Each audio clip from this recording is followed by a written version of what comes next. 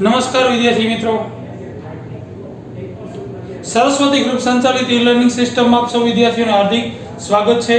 ધોરણ 11 વાણિજ્ય વ્યવસ્થા અને સંચાલન આપણે અત્યારે અભ્યાસ કરીએ છીએ ચેપ્ટર નંબર 8 ધંધાકીય મૂડીના પ્રાપ્તિ સ્થાન। લાસ્ટ લેક્ચરમાં મિત્રો આપણે છે એ ડિબેન્ચરનો અર્થ, એના લક્ષણો, એના પ્રકારો જોયા હતા। એમાં સલામતીવાળા ડિબેન્ચર, એના બે પ્રકાર હતા, સ્થિર બોજ અને તરતો બોજ। ત્યાર પછી રૂપાંતરણીય ડિબેન્ચર, એના બે પ્રકાર હતા, અંશતઃ રૂપાંતરણીય ડિબેન્ચર અને સંપૂર્ણ રૂપાંતરણીય ડિબેન્ચર। અને ત્યાર પછી ત્રીજો પ્રકાર હતો બિન રૂપાંતરણીય ડિબેન્ચર। ત્યાર પછી આપણે ટૂંક નોંધ જોઈ ગયા હતા બોન્ડ, બરાબર। ધંધાની લાંબા ગાળાની નાણાકીય જરૂરિયાત પૂરી કરવા માટેનું પ્રાપ્તિ સ્થાન એટલે બોન્ડ। કંપની માટે દેવું, જે ઉછીની કંપની માટે ઉછીની મૂડી છે। બોન્ડ ધારકો કંપનીના લેણદારો જ કહેવાય। એને નિશ્ચિત સમયે અને નિશ્ચિત દરે વ્યાજ ચૂકવાય અને એની મૂડી પણ પરત થાય। બોન્ડની કિંમત છે ડિબેન્ચર કરતાં સામાન્ય રીતે કેવી હોય છે? વધુ। આનો સમયગાળો પણ કેવો હોય છે? વધુ હોય છે। અને જે હેતુ માટે બહાર પાડ્યા હોય એનાથી જ ઓળખાય છે, જેમ કે સરદાર સરોવર બોન્ડ, નર્મદા બોન્ડ વગેરે। હવે ત્યાર પછીનો આપણે ક્વેશ્ચન નંબર 12મો જોવાનો છે, જાહેર થાપણોનો અર્થ અને તેના લાભાલાભ। ક્વેશ્ચન નંબર 12, જાહેર થાપણોનો અર્થ આપી તેના લાભાલાભ સમજાવો અથવા તેના ફાયદા મર્યાદા સમજાવો, બરાબર। લાભ અને મર્યાદા સમજાવો, રેડી। આને ઉપરથી જેનો અર્થ નીકળી આવશે, જાહેર થાપણો એટલે શું? જાહેર એ બધા માટે, થાપણ એટલે શું? પૈસા લેવા, એટલે કે જાહેર જનતા પાસેથી પૈસા લેવા, એનો અર્થ અને એના લાભ અને મર્યાદા આપણે છે અહીંયા સમજાવવાની છે। પહેલા એનો છે અર્થ આપણે જોશું। અર્થ, જાહેર થાપણ એટલે શું? તો કે કંપની પોતાની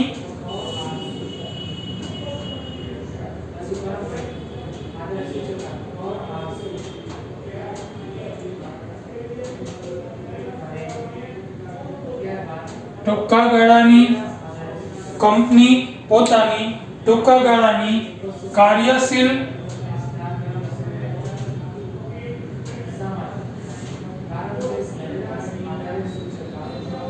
મૂડીની, કંપની પોતાની કાર્યશીલ મૂડીની જરૂરિયાત સંતોષવા માટે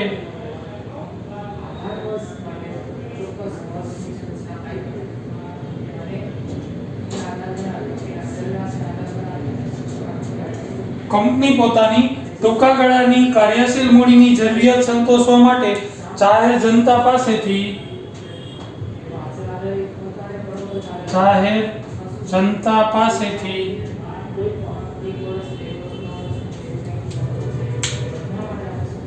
થાપણો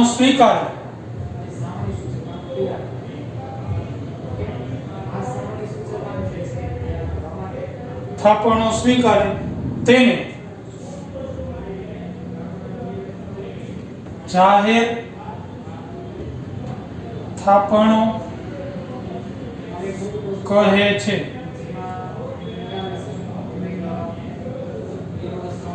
આનો અર્થ કે કંપની પોતાની ટૂંકા ગાળાની કાર્યશીલ મૂડીની જરૂરિયાત, કંપની પોતાની ટૂંકા ગાળાની કાર્યશીલ મૂડીની જરૂરિયાત સંતોષવા માટે જાહેર જનતા પાસેથી થાપણો સ્વીકારે। કંપની પોતાની ટૂંકા ગાળાની કાર્યશીલ મૂડીની જરૂરિયાત સંતોષવા માટે, અહીંયા આવશે કે આના ત્રણ પાર્ટ પાડી દઈએ કે કંપની પોતાની ટૂંકા ગાળાની કાર્યશીલ મૂડીની જરૂરિયાત સંતોષવા માટે જાહેર જનતા પાસેથી થાપણો સ્વીકારે તેને જાહેર થાપણો કહેવામાં આવે છે. બરાબર. એનો અર્થ છે એ છે કે કંપની પોતાની કઈ જરૂરિયાત, તો કે ટૂંકા ગાળાની કાર્યશીલ મૂડીની જરૂરિયાત સંતોષવા માટે તેની પાસેથી, તો કે જાહેર જનતા પાસેથી જે થાપણો સ્વીકારે છે એને જાહેર થાપણો કહેવામાં આવે છે. હવે જાહેર થાપણો એટલે શું, તો કે રકમ. જાહેર થાપણો લોકો પાસેથી રકમ સ્વીકારે અને જાહેર થાપણોનું નામ આપવામાં આવે છે. આ રકમ છે કંપની માટે દેવું છે અને થાપણદાર એ કંપનીનો શું કહેવાય છે, તો કે લેણદાર કહેવાય છે. કંપની માટે દેવું અને જે વ્યક્તિએ છે પૈસા કંપનીને આપ્યા છે એ વ્યક્તિ કંપનીનો શું ગણાય છે, લેણદાર. જાહેર થાપણોની મુદત કેટલી હોય છે? જાહેર થાપણોની મુદત તો કે 6 મહિનાથી 36 માસ સુધીની. 6 માસથી 36 માસ. જાહેર થાપણોની મુદત 6 માસથી 36 માસ સુધીની હોય છે. થાપણદારોને કંપની ચોક્કસ દરે, નક્કી કરેલા દરે છે વ્યાજ ચૂકવે છે, જે મહિનાનું, 3 મહિનાનું, 6 મહિનાનું કે વાર્ષિક પણ હોઈ શકે. કંપની છે જાહેર થાપણદારોને છે વ્યાજ ચૂકવે છે એ અગાઉથી નક્કી કરેલા નિયમો મુજબ મહિને, 3 મહિને, 6 મહિને અથવા વર્ષે છે એ વ્યાજ ચૂકવે છે અને પાકતી તારીખે મુદત અને વ્યાજ સહિત એક સાથે પણ છે એ નાણાં ચૂકવી શકે છે. જેવું નક્કી થયું હોય કે દર મહિને છે વ્યાજ ચૂકવશે, 2 મહિને ચૂકવશે, 3 મહિને ચૂકવશે, 6 મહિને કે વર્ષે, તો એવી રીતના ચૂકવાય છે.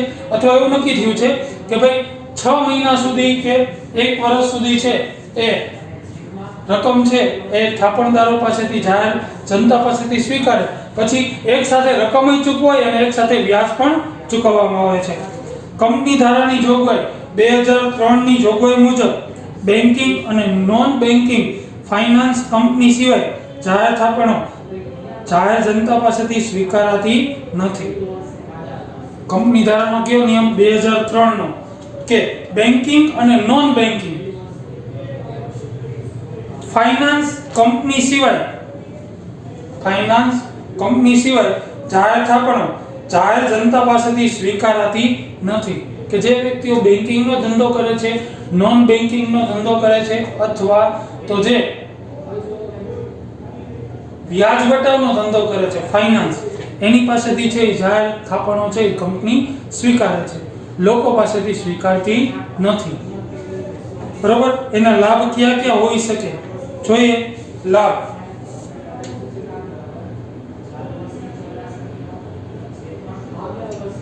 અથવા ફાયદા. એમાં પહેલો ફાયદો, નાણાં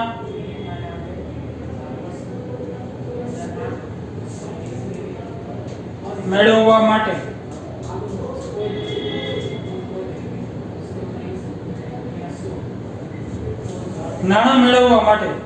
તો પહેલો એનો ફાયદો છે કે પ્રતિષ્ઠિત અને નામાંકિત કંપનીઓને નાણાંની જરૂર પડે ત્યારે છે એ જાહેર જનતા પાસેથી જાહેર થાપણ દ્વારા સરળતાથી એ નાણાં મેળવી શકે છે. તો કે કેવી કંપની મેળવી શકે કે જે કંપનીનું નામ છે એ બજારમાં પ્રતિષ્ઠિત છે, જે કંપની છે એ નામાંકિત છે, એવી કંપનીઓને જ્યારે તાત્કાલિક પૈસાની જરૂર પડે ટૂંકા સમયગાળા માટેની, ત્યારે જાહેર જનતા પાસેથી છે એ સરળતાથી નાણાં મેળવી શકે છે. બીજું, નાણાં મેળવવાનો ખર્ચ ઓછો. બીજો લાભ છે નાણાં મેળવવાનો ખર્ચ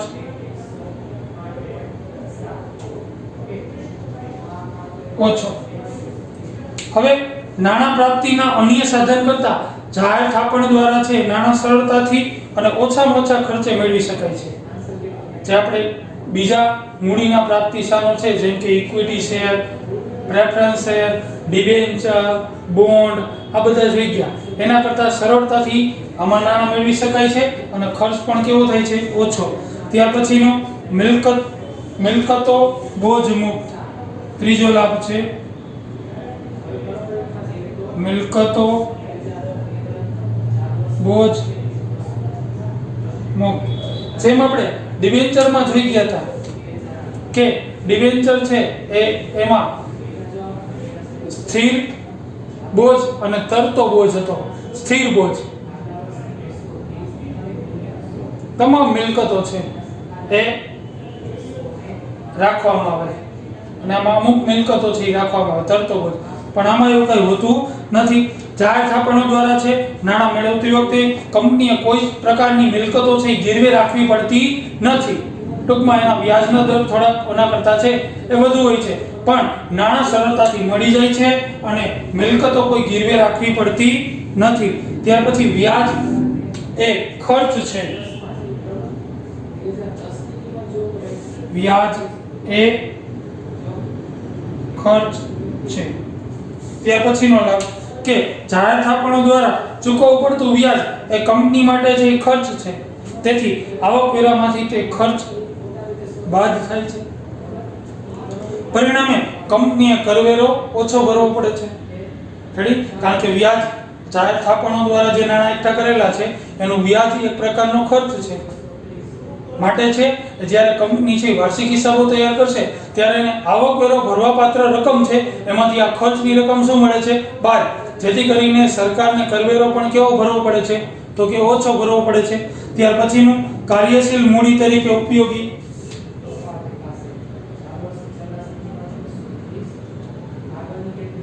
કાર્યશીલ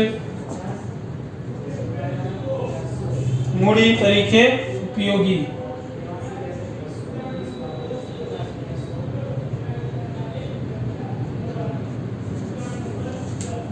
કંપની જ્યારે છે એ ટૂંકા ગાળાની મૂડીની જરૂરિયાત હોય, કંપનીને જ્યારે ટૂંકા ગાળાની મૂડીની જરૂરિયાત ઊભી થાય ત્યારે તે જાહેર થાપણો દ્વારા મૂડી મેળવી શકે છે અને કાર્યશીલ મૂડીની જે ઘટ છે એ દૂર કરી શકે છે.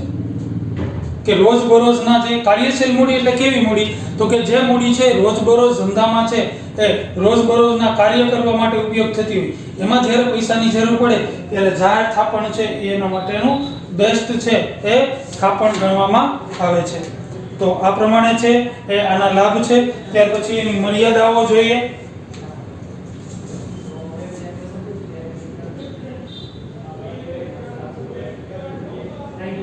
મર્યાદા, એમાં પહેલી મર્યાદા અનિશ્ચિતતા.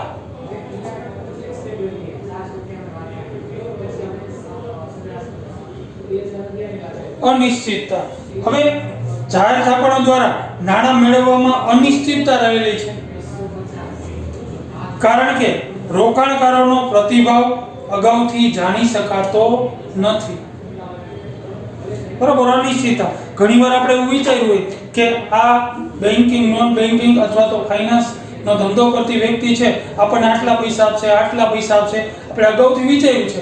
પરંતુ જ્યારે આપણે ખરેખર છે એ એની પાસે નાણાં લેવા જાય છે ત્યારે છે એનો પ્રતિભાવ અગાઉથી આપણને ખબર હોતો નથી. ઘણીવાર ઈ નો આપે.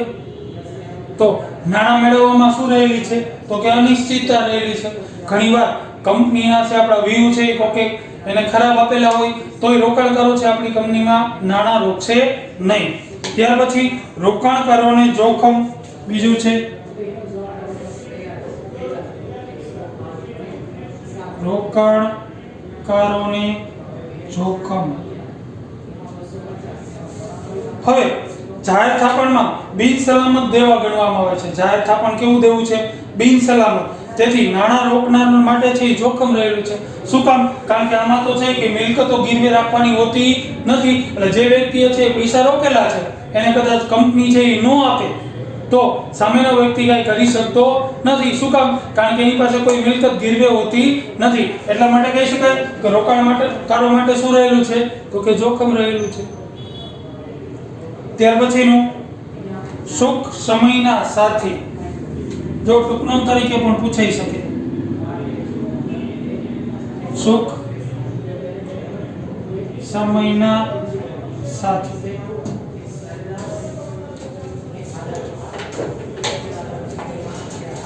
જાહેર થાપણો એ કંપની માટે સાનુકૂળ અને સુખ સમયના સાથી છે. સમજાવો. વિધાન તરીકે પૂછાઈ શકે કે જાહેર થાપણો એ કંપની માટે સાનુકૂળ અને સુખ સમયના સાથી છે. સમજાવો. 2 માર્કમાં કે 3 માર્કમાં પૂછાઈ શકે. તો આપણે લખી શકાય કારણ કે કંપનીની આર્થિક પરિસ્થિતિ નબળી પડે, કંપનીની આર્થિક પરિસ્થિતિ નબળી પડે છે, બજારમાં ખોટી અફવા ફેલાય ત્યારે રોકાણકારો છે પોતાની થાપણો પાકતી મુદત પહેલા પરત મેળવી લે છે. ઘણીવાર જોયું બને કે જે તે કંપની છે એ ખોટમાં ચાલે છે, જે તે બેંકથી બંધ થવાની છે, તો લોકો છે એના પૈસા લેવા માટે પડાપડી કરે, જેથી કરીને કંપની કે બેંકમાં શું પરિસ્થિતિ ઊભી થાય તો કે એની પાસે જેટલા પૈસા હોય ને એના કરતા એને આપવાવાળા એટલે કે પૈસા લેવાવાળા વર્ગ વધુ હોય. કારણ કે જે તે કંપનીએ બેંકે છે વધારાના પૈસા જે તે રોકાણ કરી નાખ્યા હોય, પોતાના હાથ પર થોડાક રાખ્યા હોય, અને જ્યારે બધા વ્યક્તિઓ એક સાથે લેવા જાય તો બજારમાં છે એ કંપનીની આર્થિક પરિસ્થિતિ સેજ નબળી પડે, બજારમાં ખોટી અફવા ફેલાય, બજારમાં છે એ લોકો પોતાના નાણાં છે લેવા માટે છે એ જે તે કંપની કે બેંકમાં જાય ત્યારે થાપણો પોતાની ઉપાડી લે બધી. આવા સમયે છે એ બધા જ વ્યક્તિઓ છે પોતાના જે રોકાણ કરેલા પૈસા છે લેવા જાય. એના માટે કઈ પરિસ્થિતિ ઊભી થાય તો કે પાકતી મુદત ન હોય તોય પહેલા લેવા જાય કે વ્યાજ ન મળે તો કાંઈ નહીં, આપણી મુદ્દલ રકમ તો મળી જશે. જો કંપની બેંક કંપની બંધ થશે તો આપણા બધા પૈસા જશે એવું સમજી અને લેવા જાય. અને આ સમયે છે પરિણામે કંપનીને અનેક મુશ્કેલીઓનો શું કરવો પડે તો કે સામનો કરવો પડે છે. અને જ્યારે કંપનીની સાનુકૂળતા હોય ત્યારે જાહેર થાપણો કંપનીમાં નાણાં રોકવા માટે તૈયાર થાય. બે પરિસ્થિતિનું નિર્માણ થાય. પહેલું, જ્યારે કંપનીની આર્થિક પરિસ્થિતિ નબળી પડે તો આ સમયે શું થાય, કંપનીની આર્થિક પરિસ્થિતિ નબળી પડે, બજારમાં ખોટી અફવા ફેલાય ત્યારે તો કે જે રોકાણકારો છે એ પોતાના રોકાણના પૈસા લેવા માટે પડાપડી કરે અને કંપનીમાં છે અનેક મુશ્કેલીઓનો સામનો કરવો પડે. એનાથી વિરુદ્ધ વિચારો તો કે જ્યારે કંપનીની પરિસ્થિતિ સાનુકૂળ હોય, વિકાસ તરફ ગતિ કરતી હોય ત્યારે લોકો એના પૈસા એમાં મૂકવા માટે પડાપડી કરે. બરોબર? આથી કહી શકાય કે જાહેર થાપણો એ સુખ સમયના સાથી છે. સુખ સમયના, જ્યારે કંપનીમાં સારો સમય હોય ત્યારે જાહેર થાપણો દ્વારા પૈસા મળે, જ્યારે કંપનીની પરિસ્થિતિ નબળી થાય તો બધા લોકો એના પૈસા લેવા માટે પડાપડી કરે. તો આથી કહી શકાય કે જાહેર થાપણો સુખ સમયના સાથી છે એમ કહી શકાય છે.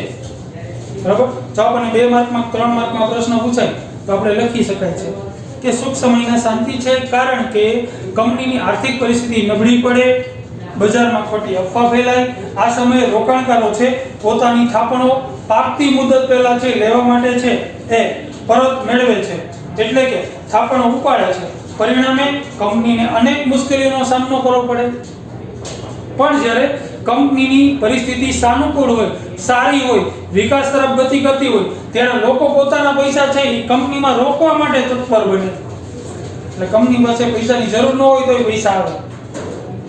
તો આથી કહી શકાય કે જાહેર થાપણો એ સુખ સમયના સાથી કહેવામાં આવે છે. ત્યાર પછી નવી અને નબળી કંપનીઓ માટે મુશ્કેલ, ત્યાર પછીની મર્યાદા. નવી અને નબળી કંપનીઓ માટે મુશ્કેલ.